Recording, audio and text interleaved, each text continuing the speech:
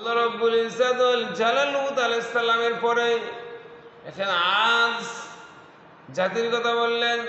তিনি বলেন ওয়াফি আদ ইযা আরসালনা আলাইহিম রিহাল আকিম।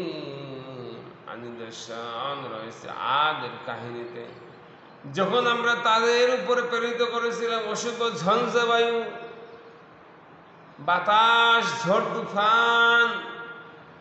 মা তাযরু মিন শাইইন আতাদ আলাইহি ইল্লা জাআলাতহু কাররামিম।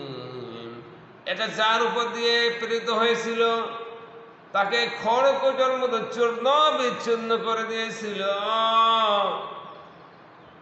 আল্লাহ তাআলা বলেন এরপরে ওয়াফি সামুদা ইয কিলা লাহুম তামাত্তাউ হাত্তা হিন।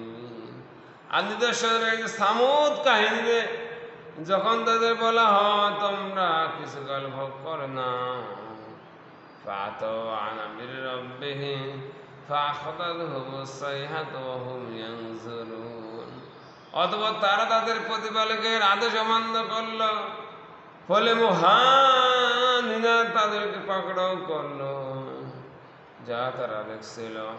ফামাস্তাতাউ মিন কিয়ামি ওয়া মা কানু মুনতাসিরিন। এরপর তারা উঠে দাঁড়াতে পারল না, বাধা দিতে পারল না। ওয়া কওমা নূহিন মিন ক্বাবলু ইন্নাহুম কানু কওমান ফাসিকিন।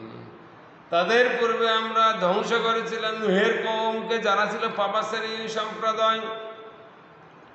আল্লাহ রাব্বুল আলামিন এখানে আদ, সামুদ, নূহ সম্প্রদায়ের কথা বললেন। তাদেরকে আল্লাহ খড়কুটো চূর্ণ বিচূর্ণ করে দিয়েছিলেন। সবুজ উদ্ভিদ যখন শুকিয়ে যায়, ছিন্ন বিচ্ছিন্ন হয়ে যায়, এবং সেদিকে চূর্ণ বিচূর্ণ খড়কুটো বলা হয়।